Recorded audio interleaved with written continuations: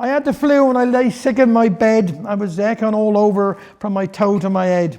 Then my friends came to see how I was doing. And when they all went, I felt like a ruin. The first to come was Mary Jane. "Hello," she said, "here I got such a pain going down through my teens, and you'd never believe it. I can't find nothing at all that seems to relieve it. Still I must suffer in silence and not make a fuss. Oh look, there's Emily, just come off the bus." Said Emily, "I must say, oh, you're looking all right. As for me, I tell you, I was up half the night, feeling all wished with a pain in my belly. Well, my legs, they seemed to be made of jelly." Then in come Agnes with a woeful expression. "Oh, I'm feeling mortal. I got this here depression that comes when I've had a lot of housework to do. You ought to be thankful you only got flu."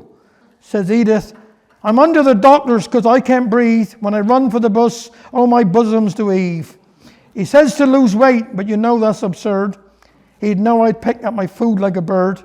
"Is that a box of chocolates in there in your reach? Pass me the coffee cream, and then I'll try peach. And perhaps I'll have a biscuit or two. Oh, I nearly forgot. What's the matter with you?"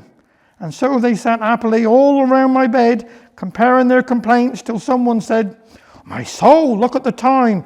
Come, girls, we must fly. We've got a hectic night at the WI. We're having a disco with all sorts of dancing, so we'd need all our strength from the jigging and prancing."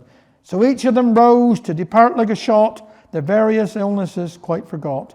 To each I did say, "You've cheered me no end. I'm sure tomorrow I'll be on the mend. Thank you for coming." I called weak from my bed, then thankfully turned over and covered my head. "Now, if you're ever sick and I come to see you, I promise I won't talk of when I had the flu."